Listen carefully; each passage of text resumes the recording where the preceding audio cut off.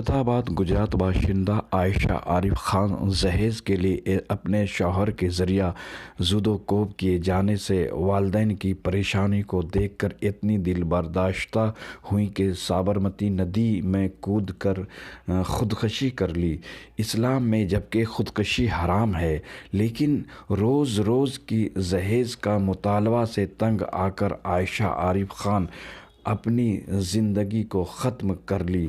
آج سارے ملک میں عائشہ عارف خان کے سانحہ کو لے کر وابلہ مچا ہوا ہے۔ تمام مکتبہ فکر کے لوگ جہیز لعنت کو لے کر کھڑے ہو کر اس برائی کے خاتمہ اور ظلم بربریت کرنے والے خاندان کو سماج سے بائیکاٹ کرنے کے لیے آواز بلند کر رہے ہیں۔ عائشہ عارف خان کے سانحہ کو بہت بڑا دردناک اور المناک سانحہ بتاتے ہوئے قومی ملی رہنما اور معتبر سماجی کارکن سید شاہ علی سجاد عالم نے کہا کہ لڑکیاں گھر کی زینت ہوتی ہے اور خاندان کو پروان چڑھانے میں ان کا اہم رول ہوتا ہے، لیکن عائشہ عارف خان کے معاملہ نے ملک میں سبھی کو شش و پنج میں ڈال دیا ہے۔ یہ خطرناک عمل صرف اور صرف جہیز کی لعنت کی وجہ سے سامنے آیا ہے۔ اس کا خاتمہ ضروری ہے اور اس ناسور کو معاشرے سے الگ کرنا بھی ضروری ہے۔ دیکھیے سید شاہ علی سجاد عالم کی شربت نیوز کے ساتھ خاص گفتگو۔ عارف جو گجرات کی رہنے والی تھی، اسے جہیز کے لیے اپنی جان دینی پڑی۔ کیا یہ جو اس نے جان دیا، کیا اسلام میں یہ کیسا ہے؟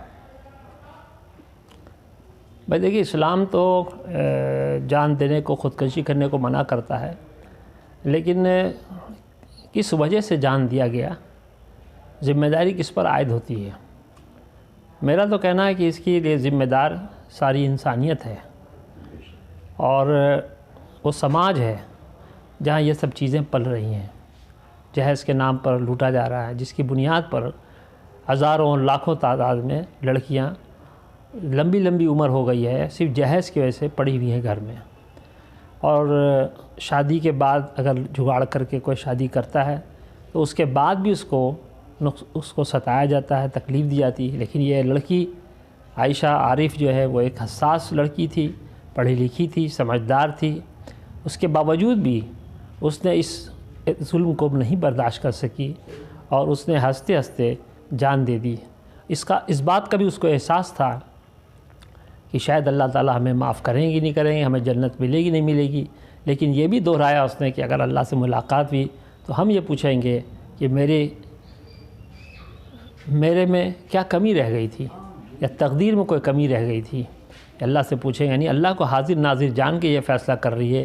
اس کا مطلب ہے کہ کافی ستائی بھی ہے، کافی پریشان ہے۔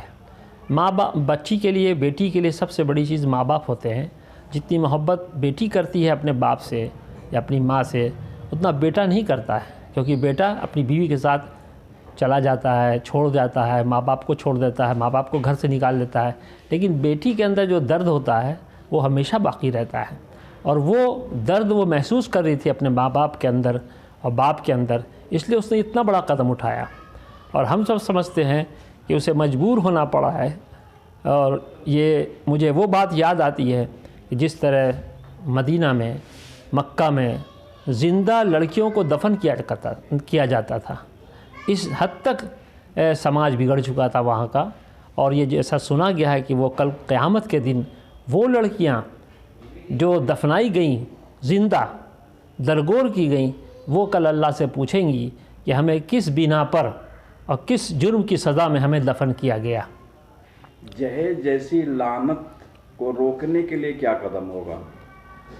دیکھیے، جہیز کے لیے جو قدم اٹھانا ہوگا پورے سماج کو اٹھانا پڑے گا، اور اس میں سب سے آگے نوجوانوں کو اس کے لیے آمادہ تیار کرنا پڑے گا۔ تمہیں کسی بھی حال میں جہیز مانگنے کا سوال نہیں ہوتا ہے۔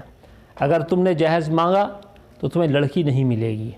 دوسرے، اور ایسے نکاح میں علماء کرام کو اور قاضیوں کو نکاح نہیں پڑھانا چاہیے، اور نہ بارات میں ایسے لوگوں کو جانا چاہیے کہ جس کا پتہ ہو جائے کہ اس نے پیسے لیے ہیں یا اس نے جہیز کے لیے ڈیمانڈ کیا ہے، تو ایسی باراتوں میں شریک نہیں ہونا چاہیے، نہ قاضیوں کو اس کا نکاح پڑھانا چاہیے۔ اور اس طرح کی اگر حرکت کہیں ہو رہی ہے، ایسی بہت ساری لڑکیاں ہوں گی جو آج اسی دور سے گزر رہی ہیں، اس کی ہمدردی میں سامنے آنا چاہیے اور اس کی مدد کرنا چاہیے، اور ایسے لوگوں کو سخت سے سخت سزا ہونی چاہیے۔ جہیز لینا دینا دونوں حرام ہیں، ایسی صورت میں پھر بھی جہیز کا مطالبہ کرتے ہیں، اس کے لیے سماجی بندھن کیا ہونا چاہیے؟ دیکھیے، جہیز دینا مانگنا یہ اصل منع ہے کہ آپ کو ڈیمانڈ کرے ہم کو یہ چاہیے یہ چاہیے، یہ منع ہے۔ پھر بار بار مانگنا، پریشر ڈالنا، اور اگر بیٹی کو دیتا ہے اس کا باپ ماں اس بیٹی کی ضرورت کا سامان، تو وہ ایک حد تک جائز ہے۔ لیکن لڑکے کی ضرورت، لڑکے کی خواہش کے لیے تم پیسہ دو ہم بزنس کریں گے، تم پیسہ دو ہم اے سی خریدیں گے، تم پیسہ دو ہم موٹر سائیکل خریدیں گے، یہ بالکل ناجائز اور حرام ہے۔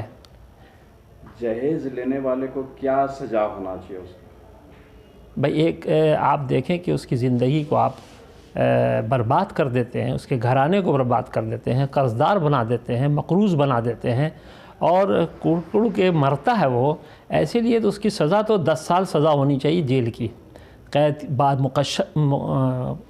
مشقت 10 سال سزا ہونی چاہیے۔ اگر اس کے ظلم سے عورت برداشت کر رہی ہے یا مر گئی ہے تو 10 سال سے کم سزا نہیں ہونی چاہیے۔ سماج میں بیداری لانے کے لیے کہ جہیز نہیں لیا جائے، کیا قدم اٹھانا چاہیے؟ اس کے لیے ہے کہ ہر سماج میں جا کر کے ایسی اسپیچیں دی جائے، اس پر لوگ بولیں، اور ہر نکاح میں ایسے لوگ نکاح سے پہلے اس کی حرمت بیان کریں۔ جس طرح آپ بیان کرتے ہیں کہ نکاح سنت ہے، نکاح کرنا چاہیے، اور فاطمی مہر رکھتے ہیں، حضرت فاطمہ کے نام پر مہر رکھتے ہیں، لیکن اس میں جو شادی میں جو چیز برائی ہو رہی ہے اور فضول خرچی ہو رہی ہے، ہزاروں آدمی کو آپ کھانا کھلا رہے ہیں، اور بارات میں 200 آدمی آ رہا ہے، ان سب پر تو بولنا چاہیے۔ قاضی بولے گا نا، قاضی کی ذمہ داری ہے کہ آپ اس کو بولیں کہ یہ چیز نہیں چلے گی۔ تو جب تک آدمی کھل کر سامنے نہیں آئے گا یہ بند نہیں ہوگی۔ اور بعض آدمی کا علاج جو ہے بغیر لات جوتے کے نہیں ہوتا ہے، اس لیے اس کا علاج لات جوتا لگے تو لات جوتا دینا چاہیے۔ سماج خراب ہو رہا ہے، برباد ہو رہا ہے، لڑکیاں بیٹھی ہوئی ہیں وہ زناکار بن رہی ہیں۔ اس لیے اللہ کے رسول فرمایا تم نکاح کو آسان کرو تو زنا مشکل ہوگا، اور نکاح کو اگر مشکل کرو گے تو زنا آسان ہو جائے گا۔ اس لیے ہم سب کو اس ایسے حالات میں آج جس طرح سے اس لڑکی نے اپنے آپ کو موت کے حوالے کر دیا، بہت دردناک ہے، بہت افسوسناک ہے۔ ہم لوگ کو اپنے اوپر شرم آنی چاہیے کہ ہم نے اس کے لیے کچھ نہیں کیا، اور ایک ہنستی مسکراتی لڑکی دنیا سے رخصت ہو گئی، لیکن اس نے ہم سب کو، ایک سماج کو ایک سبق دیا ہے۔ اب بھی اگر ہوش میں ہم نہیں آئیں گے تو ہم ذمہ دار ہوں گے، کل قیامت میں ہمیں پکڑا جائے گا۔ اللہ ہم سب کی حفاظت کرے اور تمام بچیوں کی حفاظت کرے، اور ایسے نوجوان کو آگے آنا چاہیے جو قسم کھائیں کہ ہم جہیز نہیں لیں گے کسی بھی حال میں، چاہے ماں کہے یا باپ کہے، ماں روٹھے یا باپ روٹھے، لیکن ہم کو جہیز نہیں لینا۔ ہم امید